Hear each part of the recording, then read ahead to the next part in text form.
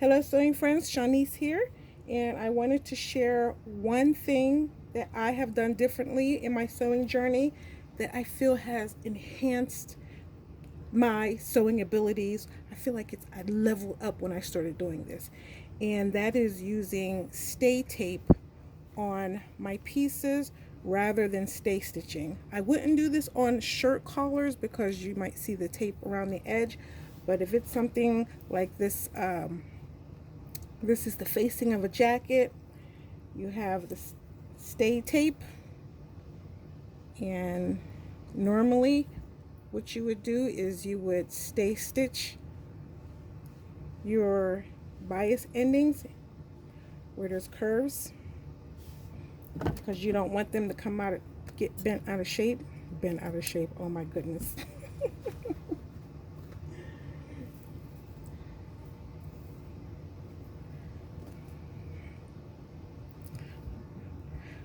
But once I have started using this method, it has become uh, definitely a time saver, saving on thread. Don't have to worry about running out of thread on your project because you have to use so much on stay stitching and doing all of your darts and sewing your pieces together.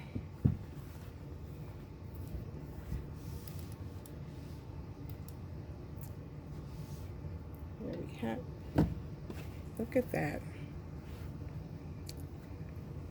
So I got my stay tape. I got it off of wowak.com, and this is at the time, I think I got it off of wowak.com. I can't remember, but it came, this is, I think, what is this?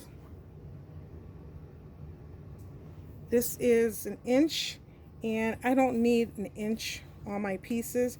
So what I do is I actually cut it in half. I just use a rotary cutter and a ruler, and I lay it and just cut it in half, and then I use strips at a time, and it has definitely become a lifesaver. Let me look at another piece that I would do. Here is an armhole for facing. I think my iron is still on.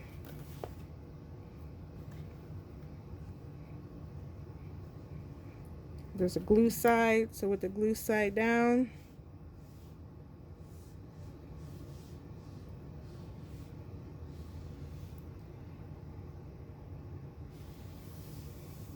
there you go. So wherever you would do stay stitching, you can use this stay tape.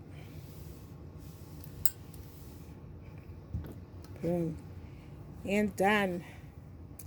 I hope this helps someone out. Thanks for watching. Loves. I hope this helps you out. Go ahead, get you some stay tape, level up your sewing game. Thanks for watching. Loves.